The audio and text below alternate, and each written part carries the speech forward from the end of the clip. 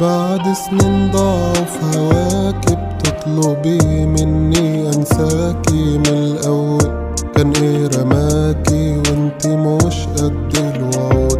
بين يوم وليلة كده صحيتي لقيت اني منفعش ليكي. قلت كلمتينك ومشيتي بكل لا مبالاة وبرود. سبت بعدك شخص ضايع ماشي يبكي في الشوارع كان جبل، وسبت واقع مش مهم يعيش يموت. دلوقتي بس انا مش مناسب. طب ليه زمان انا كنت عاجب حتى ما سبتيش الباب موارب وقفلت بسمع وقفول. بقى هو ذنبي اني كنت في يوم جدع؟ بقى هو ذنبي ان انا عملت البداع؟